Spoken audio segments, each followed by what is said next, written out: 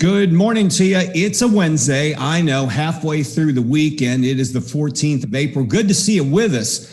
We've got a great show lined up for you, especially if you're one of our students in our Digital and IT Center of Excellence. We're going to be talking about the gaming industry. Got some special guests on the show. One person I know is a gamer is Brittany Pacheco. She joins us from her home studio. Good morning, Brittany. Hey, good morning, Todd. I'll be truthful. It's been a minute since I've had my, gaming days, but, I do enjoy a good game. And I know my husband, who's also doing his master's along with me, will take that time to play Call of Duty on his PC with his friends. So we're gamers over here. All right. Well, that's what the show's about today. So you should enjoy this one.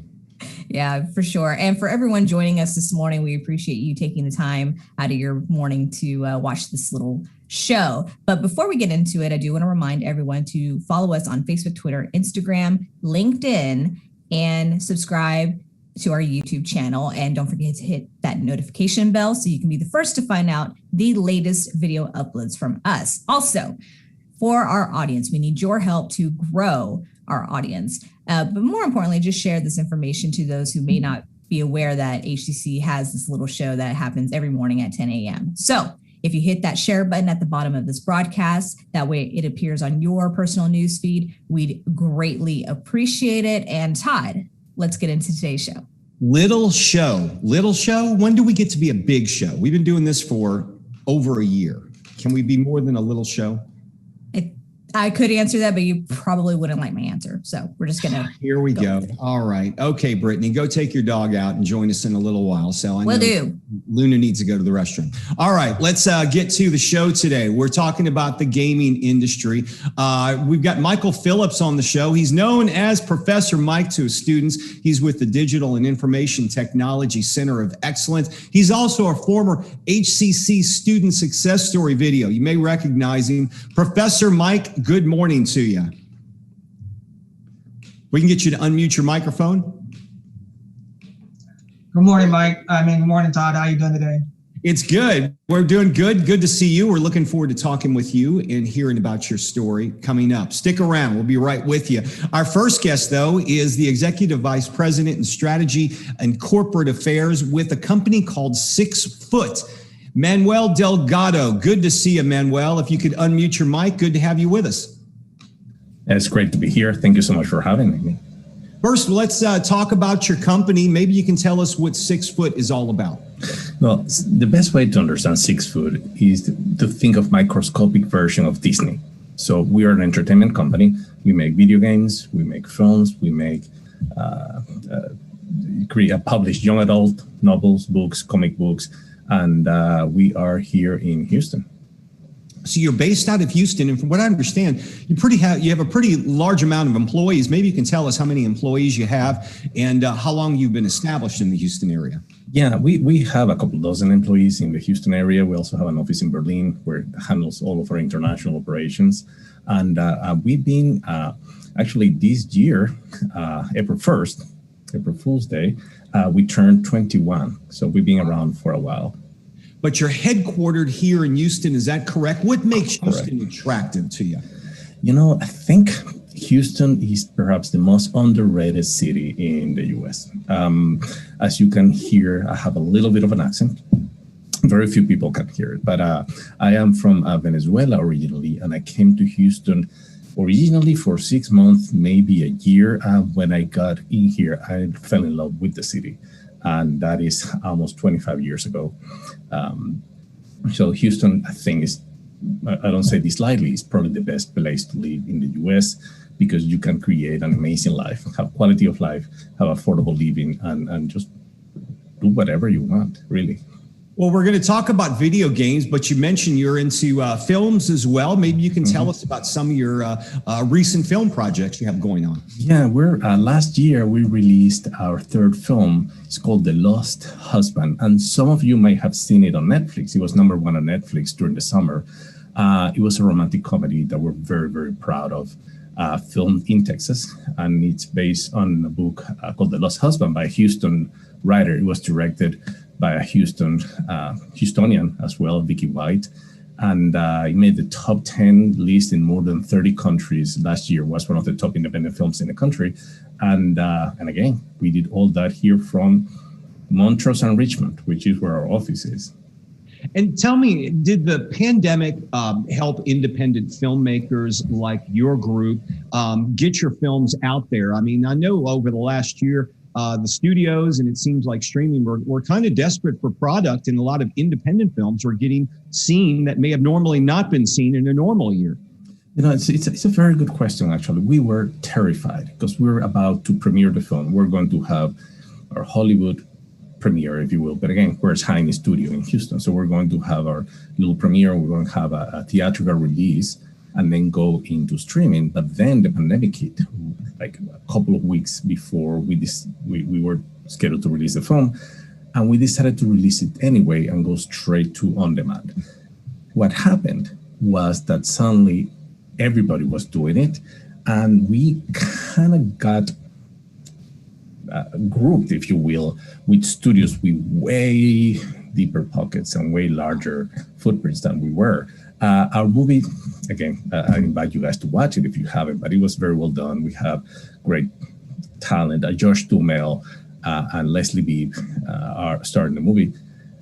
And people thought it was a bigger movie than what it was. So when the media started talking about the impacts of the pandemic in the film industry, they said things along the lines, oh, you know, gosh, all those studios like Universal Studios and Fox and Sony Pictures and 6 Foot are having to release their movie directly to on demand. And we're like, yeah, that were exactly like Fox and Sony.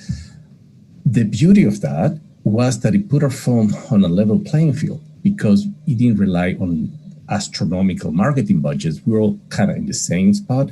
Right. So viewers judge the film by its merits, and I think that's part of the secret of the success. You know, we've got to give it a fair chance, and the movie is very, very nice. It's some say it's a love letter to Texas. So the Texas that we show, the Houston that we show, I think you're gonna love. The movie is called The Lost Husband and is still available on Netflix. Correct. Okay. All right. Check it out. Let's talk about some of the games you have working on. Are you currently working on games? And, you know, we have a lot of gaming students here at HCC, and I'm sure it's very inspirational for them to hear that we've got a local studio in town that does produce games. Mm-hmm. Yeah. So we are at the core, even though we make films and books and so on, the core of our company is video game development. We have developed and published 3 games so far. The first game is called Grey Goo. It's a real-time strategy game available for PC on the Steam store. And it's based on the premise of Grey Goo. A mathematician a few years ago coined that term, thinking about nanomachines that are designed to reproduce themselves, find materials and reproduce, create copies of themselves. And he said that if nanomachines would ever got out of control, they will become a gray goo that would consume the universe. Wow. And that's the game. So you're fighting gray goo, right? So you can fight as a human, so you have certain skills. You can fight as a beta, which is almost like those guys on Avatar, more like a, you know, in touch with nature and so on, right. Nature and so on. Or you can fight as gray goo against humans, which is interesting. So that game, when we launched it, it got nominated to one of the best real-time strategy games of the year for the DICE Award. Gamers will know what I'm talking about, but for those of you who may not, the DICE Awards are the Oscars for games. Right. So we got nominated that year. And it was a great, we worked with Weta, which is a company out of New Zealand that did a lot of the character design and so on. And we love that game. A couple of years later, we launched a completely different game called Rhyme, which is a puzzle, environmental puzzle, single player thing. You wake up as a child lost in a desert island, and you need to figure out why you're there and what you're doing there. And that game, the music of that game is extraordinary. And we also got nominated for a DICE Award for Best Soundtrack that year. And our latest game is Dreadnought. Dreadnought is, a very, very large ship. And interestingly enough, the very first ship that was like a battleship that was made out of metal was a British ship called the Dreadnought. And that's why that class of ships became known as the Dreadnought. Now, the last Dreadnought in existence, because all of them have been destroyed in battle or scrapped, the last one in existence is in Houston, is Battleship Texas. Yeah. So our inspiration for the game came from the combination of those two things. Battleship Texas plus NASA equals our game. We're battleships, blasting each other up in space. And that is a free-to-play game on PS4, on PlayStation, and PC. Let's talk about the gaming industry revenue, because I don't think a lot of people understand how large of an industry this is. And we're talking not just millions of dollars, we're talking billions of dollars in this. Yeah, so the video game industry is larger than the film industry. Not that many people know that. Actually, it's larger than the film industry and the sports industry combined. And that the beauty of that industry is not only that it's very profitable, but it also, the talent that it attracts commands very high paying jobs. I think the average industry job is about $120,000 a year. Wow. And people think that when you want to go into video games, you have to be a hardcore coder. You have to know Python, and you have to know all these obscure, arcane computer languages. And yes, of course, we use a lot of engineers, because at the end of the day, what a video game is a very sophisticated, complex piece of software. So the same people who create software for SAP and ExxonMobil and large corporations also create software. That same skill set is used to create software for video games. However, notice that I talked about character design, music, storytelling. So video game is really a product that combines a lot of disciplines, from designers and art directors. When we're starting to talk about when we started to talk about a game, they dream out how the game is going to look like, how the landscapes will be, how the people inside the game or the characters inside the game will look like. We have composers, we have musicians that actually not only perform the music, but also create special effects. Like for Dreadnought, I remember our music guy, our sound design guy, was asking around, okay, so who has a muscle car? Because I need to go and record how that car sounds, because I want to add that sound to one of our ships for the engine. But also, if you love video games, you can be an accountant, right? We use accountants, we use marketing people, we use PR and social media people. So it's like a regular company, but we get paid to play. That's the best part. You get paid to play. We've got a lot of students who are watching right now, and certainly inspired by your story and the fact that the industry has so many jobs. 6 Foot, where can they find you on the web?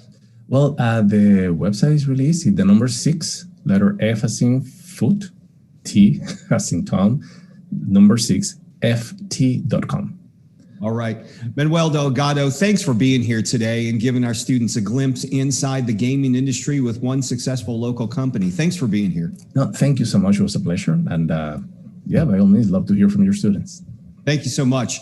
All right, folks, we appreciate you joining us, Manuel. We'll see you again in the future. We're going to move on to one of our student success stories. Of course, we always feature a number of success stories. You get a chance to see them in our board meetings. We promote them on HCCTV, and we also send them out in social media. Micheal Phillips, known as Professor Mike to his studios. You may have recognized him. Mike, you've got an interesting story. If we can get you to unmute your microphone, maybe you can tell us a bit about your story, because it's very inspirational. Well, Todd, my story is really short, but I labeled it Rags to Riches. And the reason why I call that is because at one point I was actually homeless. And so I, thinking of students that had dealing with the freezing weather, not having food to eat and so forth, it made me think about when I was homeless and dealing with those things as well. And so eventually I moved on to that. I eventually went into the military, because military actually gives me food, shelter, and clothing. Right. What more can you ask for when you don't have it? So after the military, I ended up going in to HCC for being a student, and So I ended up meeting my instructors for the first time in person to get an idea of what everything's like and what it's about. And I think that was Dean Sean Micheal and Professor Samir Saber. Those are the two men that actually changed my life at coming to HCC and being part of it. Yeah, Sean and Samir have both been on the show, great friends of the show, and we certainly appreciate all the work they do. When you hear of subjects, like we're always covering the topic of food insecurity, and obviously from your experience, this is a real thing we're experiencing in the city of Houston and also with our current students. Would you agree? Yes, I definitely agree. There is, on occasion, I've heard students that were without food for a week or water, or they didn't have any money to pay different things. Very stressful situations. And again, I reflected back to the times that I was in similar situations. Yeah. With the freezing weather, I'm sure that some of the students dealt with what I had to deal with of trying to make it to the next day. What's going on to the next day? What will happen the next day? And so what I tell the students is that, from my experiences, don't give up and keep moving forward, because there's always another day as long as you don't give up. Mike, let's talk about your transition from student to instructor, and even now being called Professor Mike. Let's talk about that in transition, because that involved a Student of the Month award. I think you were recognized by the Chancellor. Yes, when I transitioned from being a student to an instructor, the Chancellor Maldonado and the board gave me an award of Student of the Month. And shortly after that, I was hired on as an adjunct, and then eventually became temporary full-time. And then, as the process goes, and during the probationary time, I had gotten a recognition of perseverance of teaching legacy as well. At the end of that, it ended my probation for 3 months. And Professor Ray Shanazan was also instrumental in helping me through that as well, and being a mentor in there. Michael, how long ago was it when you were homeless? How long has that journey taken you? And when you were in the midst of homelessness, just realistically looking for the next place you were going to sleep or find some food, did you imagine that your life could make this transformation at that time?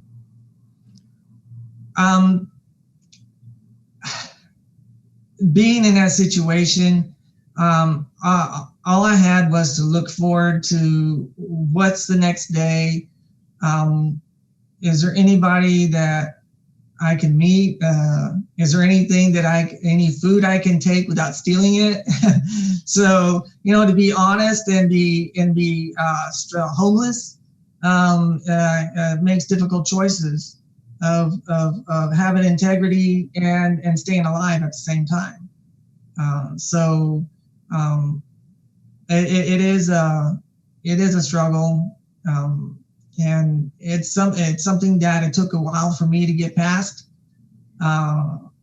So, like, for instance, I had to walk all night long to stay alive for the whole 6 months plus of being in the upper mountains, to keep from having hypothermia. Yeah. So during those times, I wasn't sure, what was next. I just knew that I couldn't wait for the sun so I could get a little warmth, and seeing people eating, that I've noticed that when you're really hungry, and it's something that you never know and never think about. You see it on TV, but when you actually are very hungry and you have it, and you're on the street and you see other people eating food, it's mesmerizing. It's like you get stuck and you can't stop looking at them and you're hoping they would offer food to you. So it's a non-forgettable situation. But again, I am where I'm at now, and I'm very proud to be teaching at HCC. It's a great place to be. I love where I'm at and so forth. I claim the West Loop campus as my home, or or Southwest. It's very innovative campus. We're talking with Micheal Phillips. He's a professor of Digital and Information Technology, Center of Excellence here at HCC. And we're talking about his journey from homelessness to now being full-time faculty at HCC. Let's talk about what the computer science department has to offer for our students, Micheal. So the computer science department consists of the following. We have the networking department, the programming department, which is in line with 6 Foot, programming and gaming, continuing education for those who want to get some courses but not really going for a degree. We have now a new department of our artificial intelligence, which deals with a lot of IoT and a lot of machine learning and so forth. You know, this is a time of year where a lot of high school seniors are getting ready to graduate, and parents may be talking to the kids going, what do you want to do? And they still don't have an idea. If they're interested in getting into the IT program, what would be the first step you would ask them to take? Well, I would tell them that cybersecurity is the hot topic underneath gaming. As I well know, that gaming is very hot. Right. And is making a lot of money, but there's a lot of positions for cybersecurity specialists or analysts that positions are not being filled fast enough, or they don't have the qualified people to fill them. And so there's good pay out there, depending on your interest. Depends on how fast and how far you can go. But there's plenty of jobs available for being in cybersecurity. And that's the courses I teach, is the security aspects. Learn more about the cybersecurity program, and registration is now underway, folks. Go to hccs.edu/now to register for summer and also for the fall. Micheal, thanks for joining us on the show. We appreciate your story. It is truly inspiring, and we look forward to talking to you again. Thank you very much. Thanks. All right, we're going to move on to Brittany Pacheco. Boy, you hear a story like that, Brittany, it is just amazing. It really is what some have to go through to get to where they are today. I mean, that's an incredible story. Yeah, truthfully, it's very touching to hear, especially for someone who experienced a rough part of life, but was able to persevere. And I know Mike has logged off our meeting, but I do also want to just thank him for his service. My dad was also in the service and experienced very similar lifestyle, like Micheal did. And it breaks my heart, truthfully, that there's so many students of ours and just so many people in the world experience these struggles. And I do appreciate what Micheal had to say about, just don't give up, live for another day. And this life, obviously we endure a lot of struggles, but it's what we make of it. You only get one shot of life. So, do all that you can in order to keep on living and surviving. And so his story is truly inspirational. It really is. And look for his story in our YouTube channel. You can find him on our YouTube channel as one of our student success stories. Mental wellness support, something we all need at times. HCC's Central's free mental wellness support groups provide safe spaces to gain life coping skills and emotional support. The next one is on Thursday, April the 15th, tomorrow at 5 p.m. Check the HCC Central Facebook link in our post to register. All right, Brittany, another thing called building a sense of belonging. That's happening. So several gatherings of HCC faculty, staff, students, and community partners will provide opportunities for action-oriented approaches to a more connected, inclusive, and equitable environment for us all. Now that's going on this Friday, April 16th, the 23rd, and 30th. So all the last Fridays of the month, that's going on from 9 a.m. to noon. You can check your emails for updates and to register for this event. And another thing to keep an eye out for, a very, very intriguing and important part of history. The Sugarland 95, the History Speaker Series, will feature HCC's Dr. Helen Graham and Dr. Teresa Jacques as they discuss the horrific system of convict leasing in the Sugarland and Fort Bend County area. If you're not familiar with the story, tune in because these are two of the best experts on this subject. And you're going to get to hear some history that's both disturbing but important to know about. Registration's required for this event. It happens from 3 to 5 p.m. Tuesday, April 20th. It is free. Once again, we'll have a link in the email post for the show to register for the event. Okay, Ideas Pitch Competition. You've been hearing about that for like ever. It's happening through the end of this month.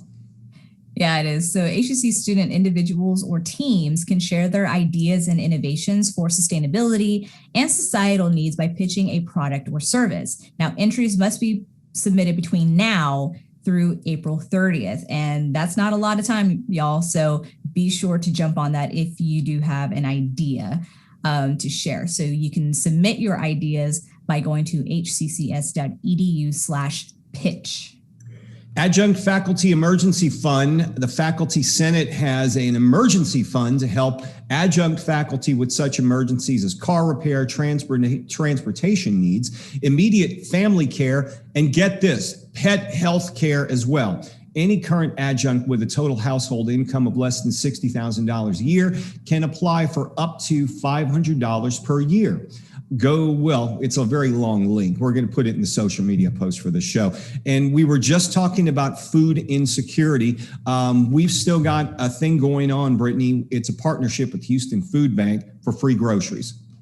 Yeah, we've already heard about Michael's story and the importance of having food, in order to just get through the day. So registration for Houston Food Bank's Community Health Market Trailers, also formerly known as the Eagle Mobile Food Market, will be at multiple HCC campuses. Now, all HCC community members can sign up to receive free groceries. You just pick the campus, the date, and time that you would like to pick up the food. You can find out more information by emailing hcc.cares@hccs.edu. We'll be sure to include that email in this post after the show. All right, getting ready to graduate. Well, if you aren't transferring to another university or continuing your studies somewhere else, you may have to pay back those student loans soon, and the financial aid department here at HCC is here to help you, especially as you prepare your finances going into your professional career. You don't want to get caught up in all that where you're not paying the loan, you're just paying off the interest. Make sure you prepare for this, and our financial aid resources will help you out. Check our district Facebook page for more information and the link in the social media post for the show, because there's help available to prepare for these things.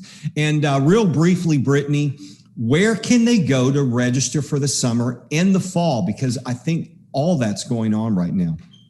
That's right. Summer registration is currently underway, and we just opened our fall registration this Monday, April 12th. So to search for our programs and classes and to learn more about the 5 different modalities we are offering for students, you can head over to hccs.edu/now. Be sure to secure your classes because many of these classes will be very small due to social distancing. Yes, we are going to be offering some face-to-face classes, but it is crucial to register early and secure those classes. So hccs.edu/now. Register early, register now. All right, tomorrow on the show, Brittany, you're going to be here. It's Thursday, Virtual Family Fun Day, and we've got a guest from the Buffalo Bayou Park Cistern. If you haven't seen that, that's incredible. No, I actually haven't seen it. And, I'm very interested to be joined by Simone Leonard. So this is like a downtown underground, former water reservoir, now open for history and art tours. I'm all about that. That's really cool. But also later this week, we'll be spotlighting another NYSOD winner and a pioneer in uncovering how African Americans were targeted for methanol cigarette campaigns for 50 years. Stay tuned for that. All right. And stay tuned for another show tomorrow, 10 a.m. live right here, up to the minute. See you then.